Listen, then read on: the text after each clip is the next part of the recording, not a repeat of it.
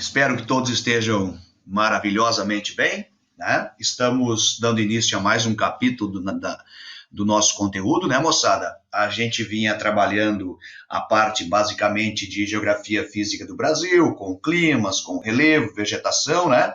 E agora nós vamos dar uma pequena guinada nesses assuntos aí e vamos nos dedicar um pouquinho à parte de geografia humana, né? Vamos começar trabalhando um pouquinho população brasileira, tá, moçada? E depois a gente segue com outros assuntos, como, por exemplo, a parte da indústria, a parte da agricultura, enfim, né? Os diversos assuntos que nós temos da parte econômica, da parte da geografia humana. Mas para hoje, gurizada, eu quero convidá-los então a estudarem comigo aqui um pouquinho, moçada, sobre a nossa população, tá?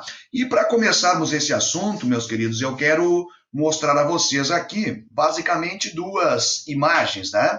Uma das imagens do artista Chico Buarque, né? Uma música do Chico Buarque, na verdade, que fala: o meu pai era paulista, meu avô era pernambucano, meu bisavô mineiro, meu tataravô baiano, meu maestro soberano foi Antônio Brasileiro, né? E do outro lado, à esquerda de vocês, nós temos aí um quadro que é bem conhecido, é mais conhecido do que a música do Chico, na verdade, tá? É o quadro da Tarsila do Amaral, que representa os operários, né, moçada? Demonstra ali as diversas cores dos trabalhadores brasileiros, e esse quadro se refere àqueles tempos em que São Paulo começou a se tornar o grande centro industrial brasileiro, né? Ali pelos anos 30, 40, 50, né? Então, meus queridos, assim, ó, eu começo com essas duas, com um pouco de arte aqui, exatamente, no meu slide, para colocar para vocês exatamente essa diversidade do Brasil no que se refere à nossa população, né? Nós temos população de todas as cores, a nossa fotografia ela é riquíssima, ela é formada por gente que veio de toda parte desse mundão aí, tá? E assim, meus queridos, se há uma palavra que bem resume a nossa população, essa palavra está aqui, ó. A palavra é miscigenação, tá? A miscigenação da população brasileira, ela foi grande ao longo da história, nós sabemos disso, e nós somos o resultado disso, né, moçada? Nós, dessa turma mesmo, né, moçada, nós temos aqui pessoas de pele mais clarinha, pessoas de pele mais escura, pardos, pretos, brancos, enfim, né? Nós temos uma fotografia muito rica. E isso se deve ao nosso passado, né? Já que tudo começou por aqui, né, com os indígenas que receberam, entre aspas, ali, os portugueses, né, moçada? E depois a coisa foi continuando, com a escravidão, com os negros, né? Mais tarde, imigração alemã, imigração espanhola, assim vai, japonesa, eslava, né? Então nós temos uma mistura de tudo aqui no território nacional, e isso acabou nos dando essa riquíssima fotografia que é muito bem ilustrada ali no quadro Operários de Tarsila do Amaral, e também a música do Chico nos passa essa ideia exatamente da mobilidade dentro do território nacional, né? Todos nós aqui, certamente todos nós nessa turma temos algum parente que esteja residindo em uma outra região brasileira, né? E se nós pensarmos um pouquinho, isso sim, isso conta para nós, sim, um pouquinho da nossa formação histórica, né, moçada? Do nosso passado, do nosso presente, enfim, da mobilidade que existe dentro do Brasil, já que as pessoas elas se deslocam buscando melhores condições de vida por todo o território nacional, tá? Então, só para começar, assim, ó, esse nosso assunto, que é a população brasileira, né, meus queridos, eu quero começar exatamente com essas duas imagens, né, colocando um pouco desse ponto de vista da diversidade que nós temos no Brasil em relação a cor, raça, etnias, enfim, né? Então, moçada buena, vejam, como eu disse a vocês, a miscigenação é uma grande marca da nossa população, tá? E nós vamos seguindo adiante, moçada buena. Deixa eu tentar passar aqui, beleza, olha só. Seguindo adiante, moçada, com algumas observações referentes aos censos demográficos, tá? Moçada, toda vez que se fala em censo demográfico, nós estamos falando da contagem populacional, Tá? E essa contagem populacional, que é feita pelo IBGE, de 10 em 10 anos, portanto, a cada década nós temos um novo censo sendo realizado, né? Os dados do último censo são de 2010, nós teremos agora, a princípio nós deveríamos ter um censo agora em 2020, né? E assim, moçada, esse novo censo vai nos mostrar exatamente qual é a situação da população, no que se refere à cor, no que se refere à escolaridade, no que se refere, enfim, os diversos aspectos relacionados à população brasileira, tá? E assim, essa contagem, esses censos, eles acabam sendo fundamentais para que os nossos gestores públicos, né, os nossos planejadores, eles saibam quais ações tomar, tá? Só para citar um exemplo para vocês, se os gestores perceberem, por meio do censo, que há um aumento da população mais velha, olha, é necessária alguma política voltada para essa população mais velha. Se houvesse, por exemplo, um aumento da população mais jovem, olha, haveria necessidade de políticas voltadas para a população mais jovem. Então, na verdade, os censos do IBGE são ferramentas fundamentais no que se refere ao planejamento socioeconômico do território nacional. E os censos demográficos, como vocês podem ver nessa tabela aqui, eles tiveram início no Brasil lá em 1870, quando o Brasil, na primeira contagem, 1870, apresentava uma população de menos que 10 milhões de habitantes. Tá bem? E o nosso último censo, como eu disse, foi feito lá em 2010, onde o Brasil já apresentou 190 milhões de habitantes. E hoje, moçada, hoje, nós ainda não temos o censo 2020, mas vejam que para hoje a nossa população ela gira em torno de 209 milhões de habitantes. Então o Brasil cresceu bastante em relação ao ano de 1870, quando nós tivemos o nosso primeiro grande censo demográfico, primeira grande contagem da população brasileira. Tá? Bom, por que dessa história nós veremos ao longo da aula aqui, mas é bom ressaltar, né, meus queridos, que nós tivemos influência de pessoas que vieram de vários lugares do mundo, né, que imigraram para cá, mas nós também tivemos aqui no território nacional um crescimento vegetativo. As pessoas se reproduziram dentro do território nacional, né? E nós chegamos oficialmente a 190 milhões de habitantes e as projeções indicam 209 milhões de habitantes na atualidade. Beleza? Então, pessoal, seguindo adiante, olha só. Com relação àquela miscigenação que eu falava para vocês, nós temos diversos tipos de cruzamentos, né? Certo? E esses diversos tipos de cruzamentos que nós temos da população brasileira nos levam ao surgimento dos chamados mestiços, né?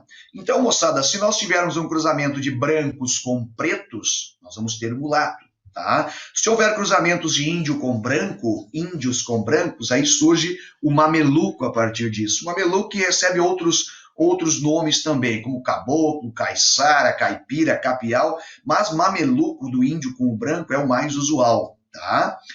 Índio com o negro, é daí que surge o chamado cafuso, tá? E o Ainacô é uma mistura de japonês com brancos. Então nós temos essas misturas aqui, ó, meus queridos. E assim, essas misturas aqui, elas são mais interessantes para aqueles que pretendem fazer prova de ESA, né? Tá? Concursos militares, no geral, eles cobram mais essas misturinhas aí, especialmente a prova da ESA, tá? Então é bom vocês se ligarem aí nesses cruzamentos, tá? Mas não é difícil de guardar esses cruzamentos, não. Porque olha só, branco com negro, todo mundo sabe que dá um mulato, tá? Aí, depois nós temos assim, ó, o mameluco, que é índio com branco. Não tem muita associação, mas enfim, né? E o cafuso, índio com negro, beleza? Guardando ali, gurizada, o mulato e guardando o Ainacô, que é um nome meio diferente, assim, né? Guardando que mulato branco com negro e Ainacô branco com japonês, o resto fica fácil de saber, né? E fácil de guardar. Então, meus queridos, esse pequeno gráficozinho aqui, ele mostra para a gente exatamente esses cruzamentos, beleza? Seguindo adiante, olha só. Aqui nós temos um pouquinho mais sobre as correntes migratórias que vieram para o Brasil no passado. Então, como eu disse a vocês, entre os que vieram para o Brasil, nós temos um predomínio de portugueses, italianos, espanhóis, alemães, né? Mas, assim, é interessante que a gente tenha pelo menos 2 grupos na cabeça, né? Para a partir daí tentar guardar os demais. Né? E esses 2 grupos, moçada, são o primeiro, os portugueses, com 30%, e o segundo, os italianos, com 29%. Esse gráfico que vocês têm na esquerda aqui, ó, ele está demonstrando exatamente os picos, os momentos em que nós tivemos um processo maior de migração em direção ao território nacional. Tá? E esses momentos, logicamente, moçada, foram aqueles momentos ou de tensão pelo mundo afora, por conta de guerras ou coisa assim, né? Ou por conta de que o Brasil precisou de mão de obra. Tá? Por exemplo, olha só, nós tivemos lá em 1808 um momento histórico, que foi a vinda da família real portuguesa para o Brasil, e com isso muita imigração em direção ao território nacional. Nós tivemos lá em 1888, né, gurizada, a abolição da escravidão, e aí, né, a carência de mão de obra fez com que muitos imigrantes, especialmente italianos, viessem para o Brasil nessa época, tá? A Primeira Guerra Mundial, moçada, que foi um momento tenso, em que as pessoas buscaram refúgio no Brasil. Nós tivemos a crise mundial, crise de 29, certo? E aí, meus queridos, acontece um detalhe importante aqui, ó, depois da crise de 29, que é o ano de 1934, quando surge a Lei de Cotas de Imigração no Brasil, que foi criada pelo governo Getúlio Vargas, que estabeleceu um certo limite nas imigrações, que depois, mais na frente, nos próximos slides aí, a gente vai ver. Então, vocês podem perceber que com a Lei de Cotas e essa limitação na entrada de imigrantes, houve uma pequena queda, na verdade uma grande queda ali no número de pessoas que estavam ingressando no Brasil. Um momento que também atraiu, um outro momento que atraiu muita gente foi a nossa industrialização, né? Isso posterior à Segunda Guerra, quando o Brasil começou com a indústria a se tornar mais pujante e mais atrativo, né, para aquelas pessoas que buscavam uma melhor colocação no mercado de trabalho, tá? Beleza, então? Aí nós temos um pouquinho sobre as correntes imigratórias que vieram em direção ao Brasil, de italianos, portugueses, às populações brancas, né? Bom, com relação aos índios, que formam um outro grupo importante da população brasileira, né? Nós temos os negros, temos os índios e temos os brancos. Tá? Os brancos, italianos, espanhóis, portugueses, eslavos, né? Que são russos, ucranianos, enfim. Os índios, gurizada. Bom, os índios, na verdade, foram os primeiros donos do Brasil, como nós sabemos, né? E lá em 1500 foram os que receberam os portugueses. Receberam, entre aspas, né? Já que os portugueses, em alguns livros, aparece que eles conquistaram o Brasil, outros que eles descobriram o Brasil. Eu acho que eles conquistaram, né? Porque essa terra já tinha dono. Os donos eram os indígenas. Mas, enfim, moçada. Para além dessa discussão, nós temos aqui a questão da localização, né? Onde estão os povos indígenas? Qual é o percentual de Brasil que eles ocupam, né? Então, basicamente, moçada, 90% dos territórios indígenas, né? Eles estão lá no meio da Amazônia, na Amazônia Legal brasileira.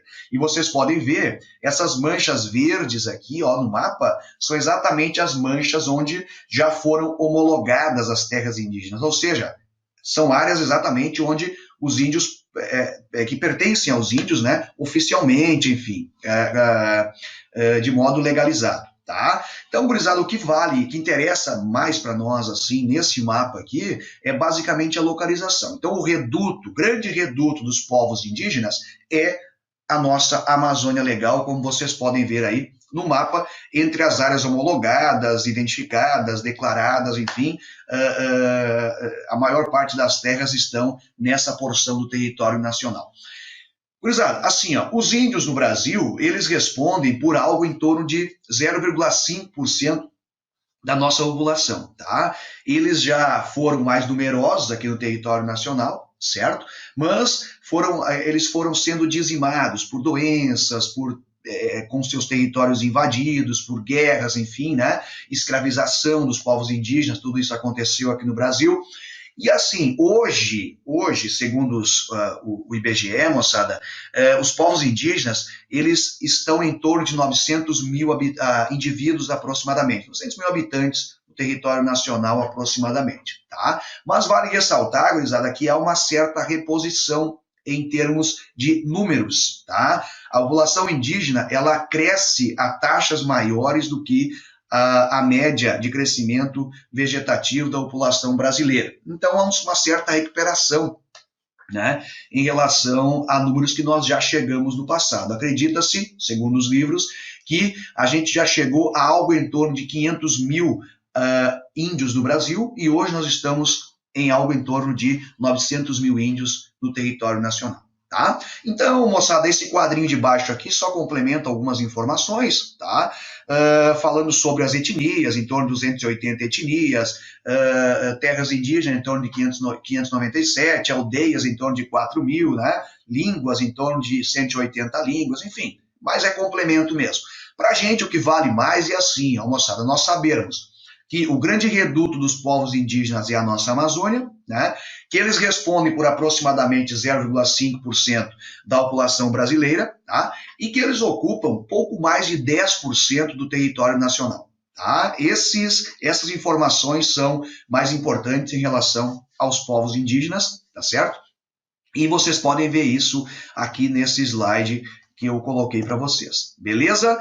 Bom, gurizada, terra homologada, como vocês estão vendo aqui, ó, olha só, terras homologadas, ou seja, terras registradas, que já são certas, reservas de índios, né? Não significa, moçada, homologação não significa que os povos indígenas são deixados em paz, que suas terras não sejam invadidas, né? Um exemplo disso foi o caso que aconteceu na reserva Raposa Serra do Sol, né? Onde, com o passar do tempo, produtores de arroz foram invadindo as reservas indígenas, mas que lá em 2009, toda essa reserva Raposa Serra do Sol acabou voltando às mãos dos indígenas, né? E, a partir dali, houve um processo de retirada das populações que estavam ocupando essas áreas indígenas, né? Então, quem decidiu isso, moçada, foi o judiciário brasileiro. O judiciário achou que era correto que toda essa reserva chamada Raposa Serra do Sol, aqui em Roraima, onde vocês estão vendo, ó, 3 locais basicamente, o Iramutã, Pacaraíma e Normandia, né? Vocês estão vendo os 3 locais aqui, lá na porção nordeste do território de Roraima, né, moçada? Então ali está a Raposa Serra do Sol, que deu muito pano para manga, certo? Mas que acabou voltando por decisão judicial para as mãos dos povos indígenas da Amazônia brasileira. Beleza? Esse texto aqui coloca um pouco melhor a situação ali, se vocês quiserem fazer uma leitura, né, moçada? Complementando aquilo que eu estou falando aqui, tem algumas informações interessantes aí nesse texto que eu coloquei ao lado da figura, tá? A fonte da figura é G1 e a fonte do texto é um livro chamado Geografia, Contextos e Redes. Beleza. E como eu havia dito para vocês, né? A região norte é o principal reduto dos povos indígenas, como eu já havia falado. Tá? Dos 900 mil, aproximadamente 300 estão na região norte, e depois aparecem ali as demais regiões brasileiras. Tá, beleza? Bom, os negros, moçada. Os negros, um segundo grupo de fundamental importância para a formação da população brasileira, como todos nós sabemos, esses foram trazidos para cá de modo forçado, né? Obrigados a trabalhar inicialmente, lá no século XVI, nas lavouras de cana-de-açúcar, um pouquinho depois no Maranhão, nas lavouras de algodão, um pouco depois, já no final do século, na segunda metade do século XVII ali, né, em Minas Gerais, na mineração, e por fim, gurizada, onde acabou surgindo, período em que acabou surgindo também a abolição, né, foi na lavoura de café. Isso começando lá por 1850, né, moçada? Os negros serem escravizados nas lavouras de café.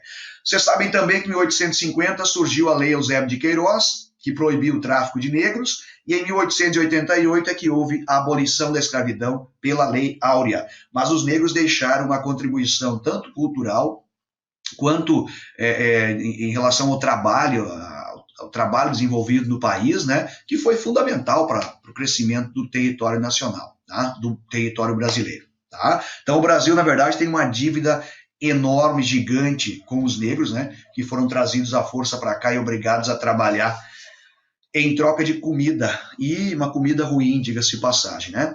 Então, gurizada, assim, ó, como vocês estão vendo aqui nessas duas figuras, a primeira figura é uma representação né, de um navio negreiro, tá, das condições em que os negros eram trazidos para cá, que todos nós sabemos, os historiadores nos contam muito bem, que a realidade era triste, certo? Nos porões dos navios negreiros.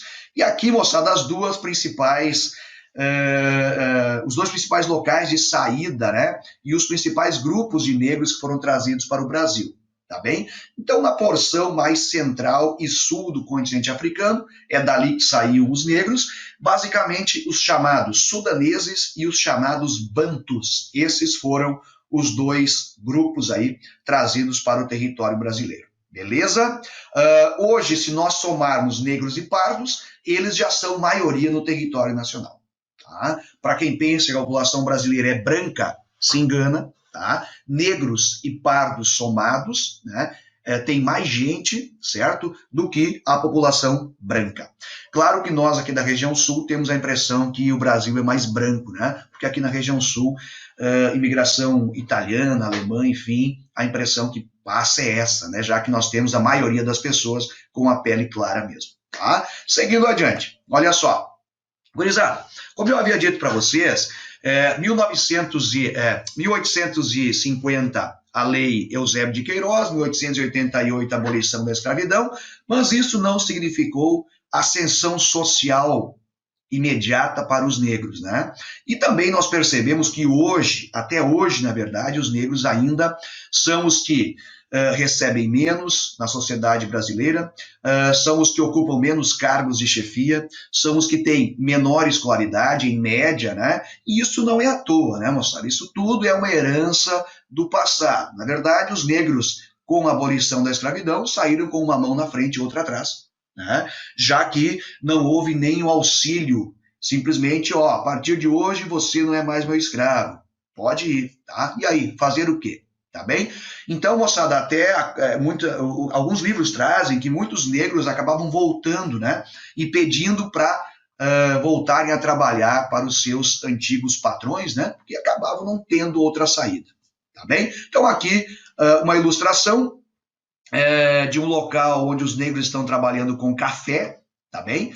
E aqui, moçada, uma outra ilustração que mostra um negro vendendo alguma coisa que não dá para identificar exatamente aqui dentro, né? Mas, enfim, o fato é, gurizada, que as condições, tanto de um mexendo aqui com café, quanto do outro vendendo alguma coisa aqui, não é legal. Isso demonstra que os negros acabaram realmente tendo dificuldades para se inserir na sociedade brasileira desde 1888, quando aconteceu a libertação. Tá? E aqui, gurizada, só para reforçar aquilo que eu falei, da inserção do negro na sociedade brasileira, até hoje o negro tem menor escolaridade, né, em média, certo? E até hoje os salários também são menores. Em relação aos salários, dei uma olhadinha aqui, a renda do branco e do negro, as duas primeiras, ó. Enquanto a média do branco é quase R$ 1.600, tá? Do negro é em torno de R$ 850, tá? Então, metade. Isso, claro que isso é uma média, né, moçada? Mas é assim, passa uma visão muito clara de que realmente os negros até hoje têm dificuldades para se inserir no contexto socioeconômico brasileiro, beleza? E aí, gurizadinha, na figura da direita, vocês estão vendo aqui um gráficozinho que mostra entre brancos e negros a escolaridade, né? Ó, o analfabetismo, na verdade, a taxa de analfabetismo, tá? Percebam que nos anos 90, entre os brancos, o analfabetismo era de 11%, 12% arredondando. Tá? Em 2010, segundo o censo de 2010, era de 6%. Tá bem? Agora, entre os negros, em 90, era de 31%. Né? Então, o triplo. E em 2010, de 14%. 14,4%, 15%. Então, até hoje, como eu havia dito para vocês, renda menor, né? E grau de escolaridade também menor. Na verdade, esse grau de escolaridade menor acaba resultando numa renda menor para os negros, em média, né? Beleza? Muito bem, seguindo adiante. Isso aqui é só para reforçar aquilo que eu já vinha falando. Entre os imigrantes brancos, né? Nós tivemos ali um predomínio de portugueses, aí nós tivemos os italianos, os espanhóis e depois os alemães, né? Aí depois uma série de outros, os eslavos, os russos, ucranianos, poloneses, enfim, né? Os japoneses também, certo? Então, na verdade, gurizada, isso aqui é só um reforço daquilo que eu já havia colocado para vocês. O gráfico é o mesmo, tá? Esse gráfico demonstra as correntes migratórias entre 1808 e 1973. Como eu disse anteriormente, 1808, a grande marca aqui, ó, é a vinda da família real para o Brasil, e isso acabou dando um impulso às migrações. Aí depois vem a abolição da escravidão, Primeira Guerra, crise de 29, até que nós tivemos ali a lei de cotas, que deu uma barrada, uma freada no processo imigratório. Beleza? Entre os alemães, gurizada, entre os alemães, onde nós temos um destaque maior para os alemães? Todos nós sabemos, né, que Santa Catarina é um centro importante de imigração alemã. Aí nós temos ali Brusque, Joinville, Blumenau, né, moçada? Aqui no nosso estado, Rio Grande do Sul, Novo Hamburgo, Vale dos Sinos, né? Novo Hamburgo, Erechim, enfim, são locais onde há um processo, onde houve um processo de migração muito grande por parte dos alemães, e as marcas estão até hoje. Os italianos, gurizada, italianos basicamente a Serra Gaúcha, é o primeiro lugar, tá? Sabemos muito bem que os italianos eles acabaram ocupando as áreas que tinham as características de relevo, por exemplo, mais parecidas com a do lugar onde eles estavam vindo, da Itália, né? Então preferiram as partes de relevo mais ondulado, como é o caso da Serra Gaúcha, né? Ou também aqui na Quarta Colônia, a região de Nova Palma, Restinga Seca, enfim, né? Então, essas áreas foram importantes para os italianos. Claro que também a região sudeste, daqui a pouquinho vai aparecer. E os eslavos, japoneses, moçada, os eslavos são os russos, ucranianos, enfim, né? E os japoneses, esses preferiram o Paraná, né? Então, os japoneses, no caso, existem colônias interessantes, bem grandes no Paraná, especialmente nos arredores de Curitiba mesmo, que é a capital, né? Então, são áreas importantes para os japoneses, né? E para os eslavos, o estado do Paraná foi preferido. Beleza? Seguindo adiante aqui, só para ter uma ideia, né? Mostrando um mapinha para vocês, tá bem? Então aqui, ó, colonização eslava, essas partes mais marronzinhas aqui, colonização alemã, essas partes clarinhas, clarinhas não, essas partes amarelinhas, né, certo? Ó, o leste catarinense aqui, a porção central do estado, certo? E aqui Novo Hamburgo, beleza? São áreas de colonização alemã. Italianos, moçada, da Serra Gaúcha, certo? O oeste catarinense também é importante, a quarta colônia, os verdinhos. E colonização mista, essa porção mais ao norte do estado do Rio Grande do Sul é a área mais interessante, tá?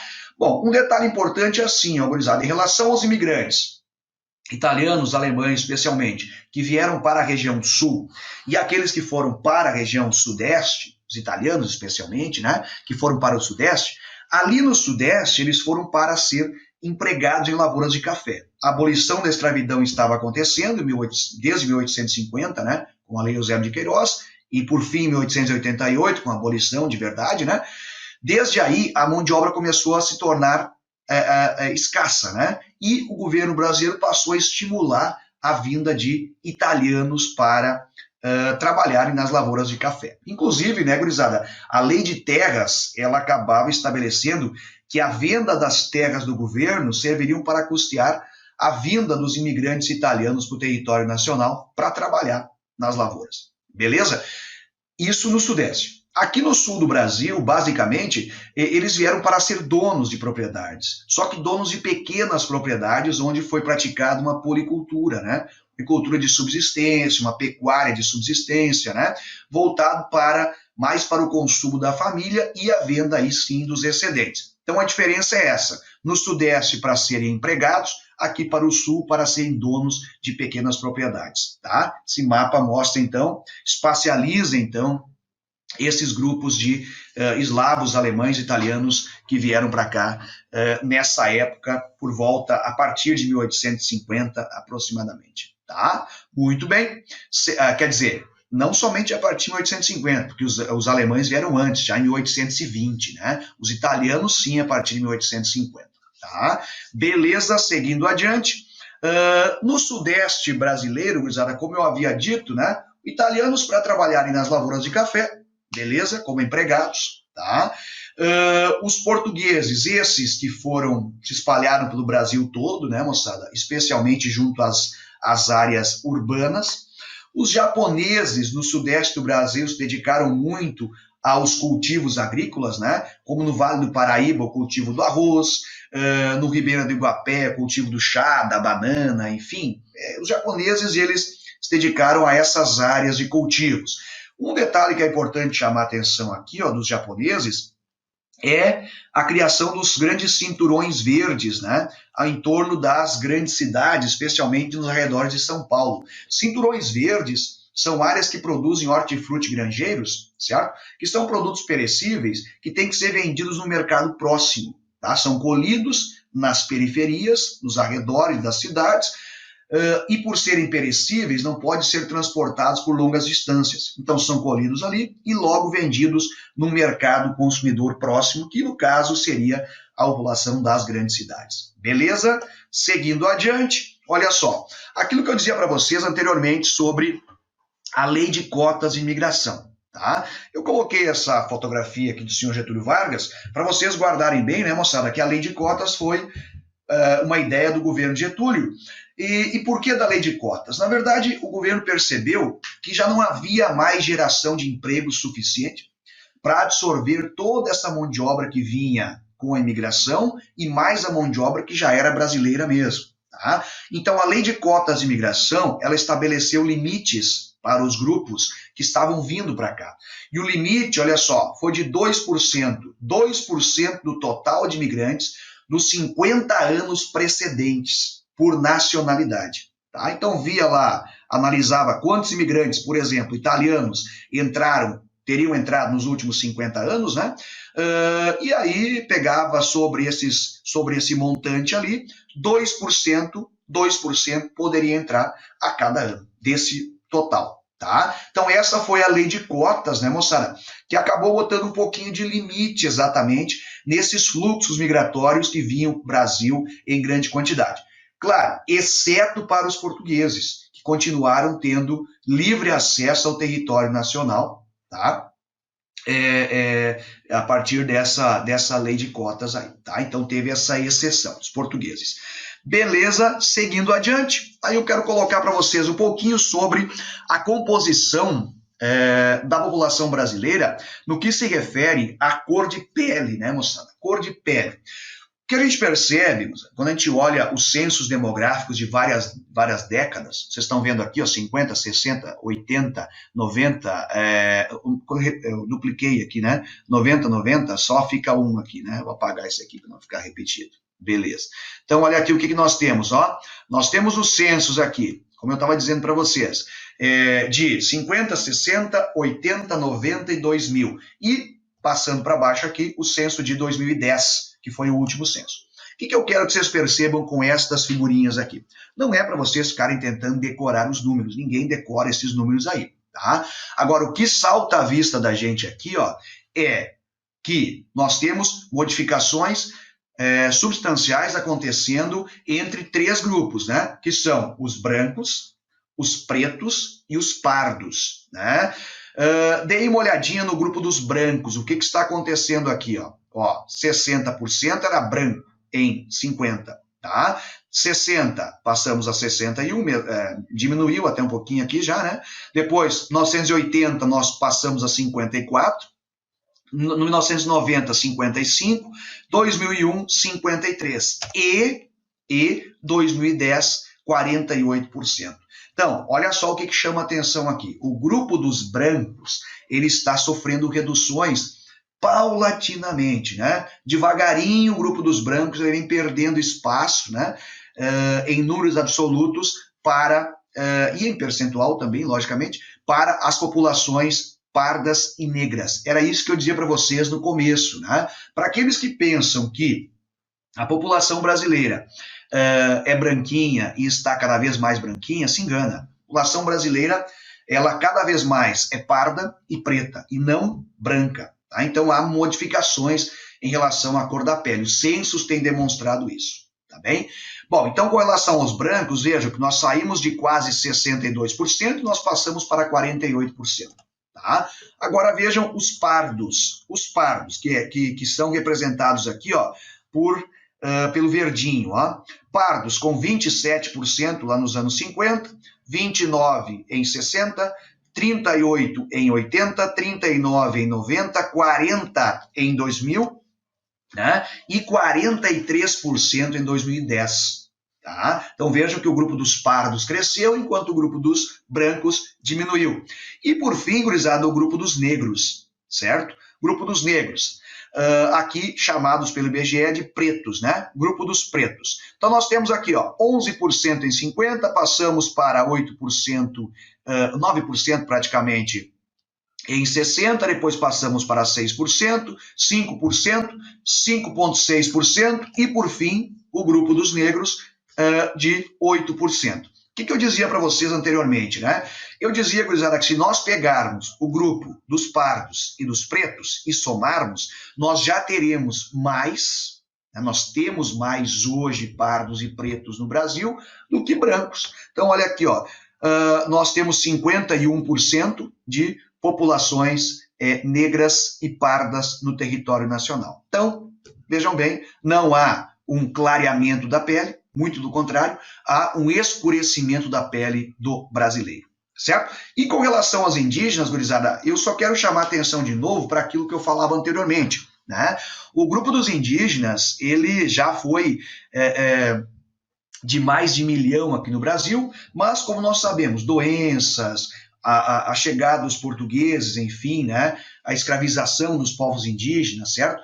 Tudo isso acabou reduzindo o número de índios no Brasil, tá? Especialmente as doenças, né? E nós chegamos, alguns livros trazem que nós chegamos a em torno de 400 a 500 mil índios. E hoje, segundo o IBGE, nós já temos algo em torno de 900 mil índios. Então, como eu disse a vocês, enquanto o crescimento vegetativo da população brasileira, crescimento geral, é de 0,8% ao ano, certo? Vou marcar de amarelinho aqui. O crescimento da população indígena é de 3,5% ao ano. Então, a tendência é que haja paulatinamente uma recuperação dos números absolutos ali de populações indígenas, certo? Mas continua o grande reduto sendo lá a região da Amazônia, onde está mais de 90% das terras indígenas brasileiras, desde as demarcadas até as homologadas, enfim, né? Então, seguindo adiante, olha só. E essa questão da cor da pele das raças brasileiras, né, que nós temos no território nacional, nós sabemos que é uma grande mistura o que nós temos aqui, uma grande coxa de retalhos, certo? E nas diferentes regiões, né, dependendo do passado histórico, certo? Nós vamos ter um percentual maior de uma ou de outra. Isso é bastante óbvio também, né? Por exemplo, ó, moçada, por que na região sul do Brasil há um predomínio de brancos? 78% são brancos. Porque aqui nós tivemos muito menos escravidão e aqui nós tivemos colonização de alemães e italianos, basicamente. Então, aqui no sul do Brasil, a gente tem a impressão que o Brasil o Brasil é de pele clara.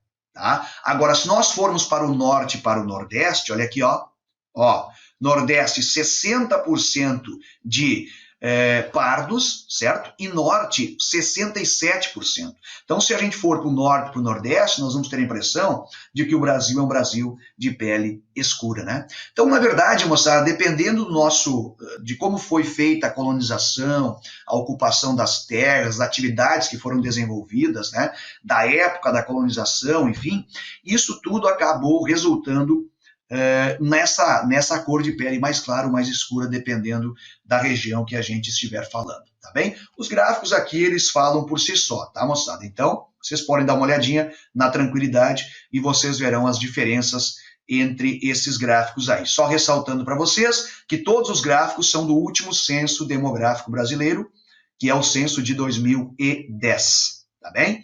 Beleza, e aqui também eu coloquei uma explicaçãozinha, ó, sobre a questão da raça, a questão da etnia, né? Só para que vocês possam dar uma olhadinha, né? Então, etnia refere-se mais às questões culturais, né? E a raça, nesse caso aqui, está se referindo mais à cor de pele mesmo, tá? Critério mais biológico mesmo, tá? Seguindo adiante, olha só.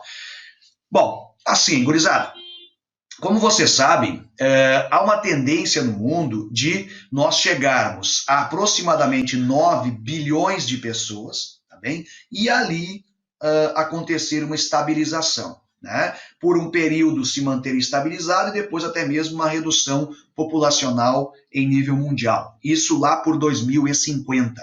Por enquanto nós ainda estamos crescendo, né? E no mundo nós já estamos com algo em torno de 8 bilhões de habitantes. Tá? O nosso Brasilzão é o quinto maior país do mundo em população, com seus 209 aproximadamente, 208 e uns quebrados aí, milhões de habitantes no território nacional. Tá bem? Bom, mas em relação ao Brasil, gurizada, vejam assim, ó, nós ainda temos uma curva que é ascendente, né? Vocês estão vendo que nós estamos aqui em 2020, estamos com os nossos 208 aproximadamente milhões de habitantes, e segundo as estimativas do IBGE, que esse gráfico aqui do IBGE, vocês estão vendo aqui embaixo, ó, a fonte IBGE, certo?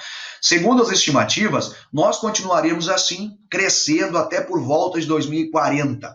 Lá em 2040 a gente vai dar uma estabilizada e depois nós vamos começar a sofrer uma queda também na população, no total de população nacional.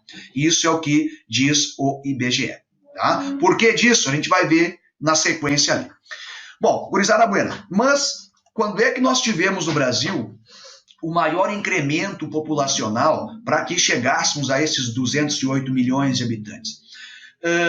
A nossa grande explosão demográfica, ou seja, aquele período em que o Brasil cresceu mais em termos demográficos, ele aconteceu dos anos 50 aos anos 80. Tá? Dos anos 50 aos anos 80, a gente se encaixou nisso aqui, ó, nessa fase 2. Tá? Que foi uma fase de aceleração demográfica, aceleração do crescimento demográfico mundial. O que vinha acontecendo no Brasil ali depois da Segunda Guerra até os anos 80? Nós tínhamos uma taxa de natalidade que era super elevada nesse período, tá? Uma taxa de natalidade muito alta, e nessa época, logo após a Segunda Guerra até os anos 80, a taxa de mortalidade ela começou a cair por melhorias nas condições médico-sanitárias, basicamente, né? Certo? E, vejam bem, se essas duas taxas começaram a se afastar nessa época, de 50 a 80, quanto mais essas duas taxas foram se afastando, né, maior foi se tornando o crescimento vegetativo. E nós tivemos nessa época, então, o nosso boom no que se refere ao acréscimo populacional no Brasil, tá? No que se refere ao nosso crescimento vegetativo. E o conceito é crescimento vegetativo é natalidade menos mortalidade. Né? Se a natalidade se manteve alta nessa época e a mortalidade sofreu queda, obviamente que, como consequência, nós tivemos uma explosão demográfica que foi gigantesca, certo? E essa explosão demográfica gigantesca pode ser muito bem observada aqui, ó, nessa figura. Tá bem? Nós temos aqui nessa figura, aqui embaixo vocês têm o crescimento vegetativo, nós temos o crescimento vegetativo em porcento, tá certo? Crescimento vegetativo é natalidade menos mortalidade, certo? O resultado é ao longo de um ano. Então vocês vão perceber que de 50 até os anos 80, olha só, nós tivemos um crescimento que chegou lá em 60 a 2,9% ao ano. Tá bem? Um acréscimo de quase 3 pessoas por ano para cada grupo de 100, beleza? E que nós chegamos agora em 2020 com um acréscimo de 0,8 aproximadamente, certo? Tem alguns livros que trazem 0,8, aqui vocês têm 0,72, tá? Prefiro colocar 0,8. Então, 0,8, moçada, é o que nós temos hoje de crescimento vegetativo. Ou seja, a diferença hoje entre a natalidade e a mortalidade, o número de pessoas que nascem, o número de pessoas que morrem ao longo de um ano é de 0,8, é positivo. Positivo. Um acréscimo de menos que uma pessoa para cada grupo de 100, para cada ano aqui no Brasil é o que nós temos. Veja que no passado nós já tivemos quase 3, como eu falei, nos anos 60, quando aconteceu o nosso boom, a nossa grande explosão demográfica. Tá certo? Bom, e aí, gurizada boa, assim, ó, o que acontece é que essa figura aqui, ela reforça aquilo que eu coloquei anteriormente para vocês nesse gráfico. Essa figura demonstra, né, a quantidade de filhos por mulher lá nos anos 40, e a quantidade de filhos por mulher hoje, né, pelo censo de 2010, na verdade, esse hoje, né, que eu me refiro, censo do IBGE 2010, 1,9. Tá? Então vejam, todos esses valores que são de 2010 aqui, gurizada, só para deixar bem claro para vocês, não é que eu esteja com valores ultrapassados aqui, é que eu estou me referindo ao censo de 2010. O que não for do censo de 2010 é projeção.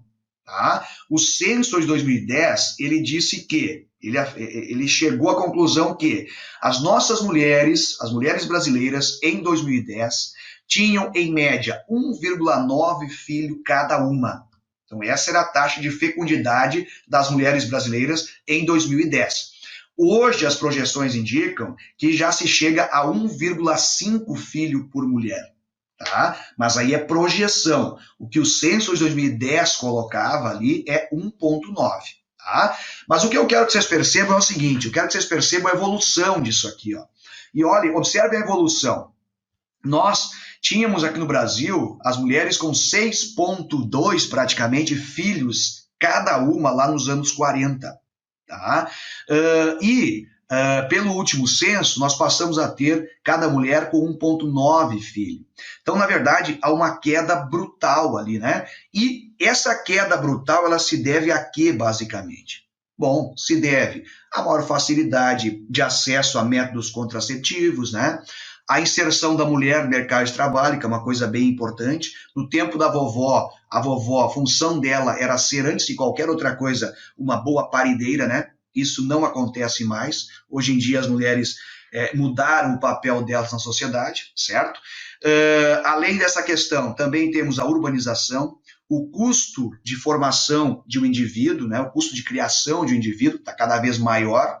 Então, na verdade, tudo isso tem levado os casais a optarem por menos filhos no Brasil, e essa taxa de fecundidade das mulheres brasileiras vem caindo, como vocês podem perceber, e a queda foi brusca, especialmente a partir dos anos 70, anos 80, chegando até o hoje, fazendo projeção, 2020, algo em torno de 1,5 filho cada mulher. Tá? Já lá nos anos de 2010, pelo último censo, nós tínhamos então 1,9 filho por mulher. Beleza? Outra coisa que vale a pena a gente ressaltar em relação à taxa de fecundidade é que essas taxas de fecundidade elas estão muito atreladas à condição socioeconômica das pessoas, né, dos casais, certo? Quanto maior a pobreza entre os casais, né, quanto mais pobre é a família, maior é o número de filhos. Isso é fácil perceber em qualquer lugar do Brasil, é assim. Tá? Santa Maria, Cruz Alta, qualquer lugar é assim. A gente percebe que exatamente onde há maiores carências em relação à economia, emprego, alimentação, é exatamente lá que está a maior quantidade de filhos entre os casais. Bom, na verdade, isso deixa claro, né, moçada? Isso deixa claro que, na medida em que as pessoas vão tendo maior grau de instrução, mais instrução, elas vão sabendo planejar melhor suas famílias, né? E também vão sabendo como evitar filhos quando querem evitar. Beleza? Então vocês podem perceber que exatamente nas regiões economicamente mais frágeis do Brasil, é exatamente lá que nós temos essa quantidade maior de filhos por mulher, ou seja, uma taxa maior de fecundidade. Então, no norte, olha aqui, moçada, vamos pegar o 2010, tá? O vermelhinho aqui. No norte, 2,5 em média filhos por mulher. No nordeste, 2,1 praticamente filhos por mulher. Aí pega sudeste e sul, né? A gente já passa para a casa do 1,7, 1,8, tá? Que são os menores valores aqui de taxas de fecundidade. Então, na verdade, como eu disse a vocês, né, a quantidade de filhos ela está muito atrelada às condições socioeconômicas dos casais, beleza? Quanto maior a pobreza, maior a quantidade de filhos. Vamos seguindo adiante. E aí, gurizada, só para colocar um textinho complementar para vocês, eu coloquei ali uma figurinha da cegonha trazendo o bebezão, tá? Para colocar que há uma redução das taxas de fecundidade e para colocar para vocês que esse cálculo feito pelo IBGE em relação à nossa taxa de fecundidade leva em consideração as mulheres de 15 aos 49 anos, né?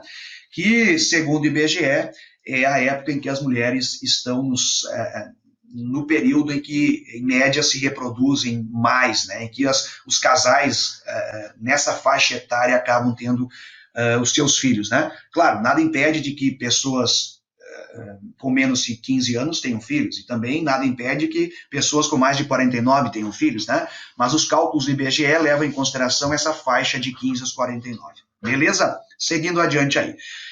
Só para reforçar isso daqui, né, moçada? Reforçar o que eu havia falado para vocês, né?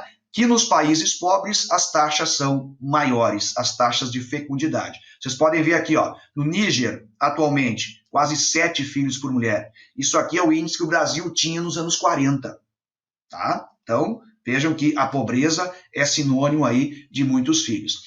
No Afeganistão, quase 6. Aqui nós temos Estados Unidos 2, Alemanha menos que 2, China menos que 2, né? E assim vai. Então, gurizada, só para dar alguns exemplos aí para vocês de média de filhos por mulher e para reforçar aquela tese que eu coloquei anteriormente, que quanto maior a pobreza, maior a quantidade de filhos, né? Isso quer dizer que educação é fundamental em todos os aspectos, né, moçada? Até mesmo nessa questão de planejamento familiar. Que as pessoas possam escolher, optar com consciência, né, por quantos filhos querem ter, né? Certo? Seguindo adiante, isso aqui é só um complemento também, mostrando que há uma relação entre taxa de fecundidade e escolaridade. Menor escolaridade, maior número de filhos, só para complementar para vocês. E aí, gurizada, a gente chega num outro ponto importante para o nosso Brasilzão aqui. E o ponto importante, meus queridos, é assim, ó. Quais são as tendências em relação aos grupos etários, às faixas etárias brasileiras? A tendência brasileira, meus queridos, não é diferente das tendências do resto do mundo, né? Nós temos aqui no Brasil uma redução gradativa da quantidade de jovens, tá? E nós temos um aumento gradativo da quantidade de velhos no território nacional, tá certo? Então, vocês estão vendo aqui, ó, populações com 60 anos ou mais. O gráfico deixa claro aqui, ó, moçada, ao longo das décadas, né? Até 2010, os censos demonstraram isso e depois são feitas projeções aqui, né? Então, nós temos, ó, de 8% até 30%, isso até 2050, de população com mais de 60 anos. Os de 0 a 14, uma redução de 30% para 13%, tá bem? E os maduros, moçada, a população de 15 aos 59, são a maioria ainda, né? Essa população está na maior faixa etária, no maior grupo brasileiro aqui, né? Então, gurizada, vejam assim, ó, esse gráfico aqui, ele permite que a gente afirme o seguinte, que o Brasil está com a sua janela demográfica totalmente aberta, né? Ou seja, nós temos muita gente na faixa etária dos maduros, que são pessoas que estão em idade excelente para o trabalho, né, moçada? E isso pode ser bom em termos de economia, né? Pode ser positivo para a economia brasileira nós termos essa faixa de populações maduras mais expressiva, tá? Já que teoricamente os jovenzinhos e os velhos, né, eles são sustentados por alguém, certo? Por aqueles que trabalham. Tá bem? Claro, os velhos são aposentados, trabalharam uma vida inteira, logicamente, isso é certíssimo, né? O que eu estou dizendo é que, teoricamente, pelo menos, os velhos são aposentados e os jovens, eles não entraram no mercado de trabalho. Alguém tem que pagar por essa aposentadoria, né? E alguém tem que sustentar esses jovens aqui, tá bom? Então, ter uma faixa de maduros larga significa coisas positivas para a economia, que o crescimento econômico é favorecido, beleza? Claro que não é só isso, mas é um dos pontos aí. Só para vocês terem uma ideia de evolução, eu coloquei alguns gráficos aqui, ó, que eu tirei do G1, tá? E aí, gurizada buena, vocês vão ver o seguinte, ó, nós temos alguns anos aqui, 2010, 2017, 2018, 2019, 2020, 2030, 2040, tá? Vejam o que está acontecendo com a faixa etária de 0 a 14 anos. Em 2010, 24,7%. Em 2017, 21%. Em 2018, 21,3%, um pouquinho menos, né?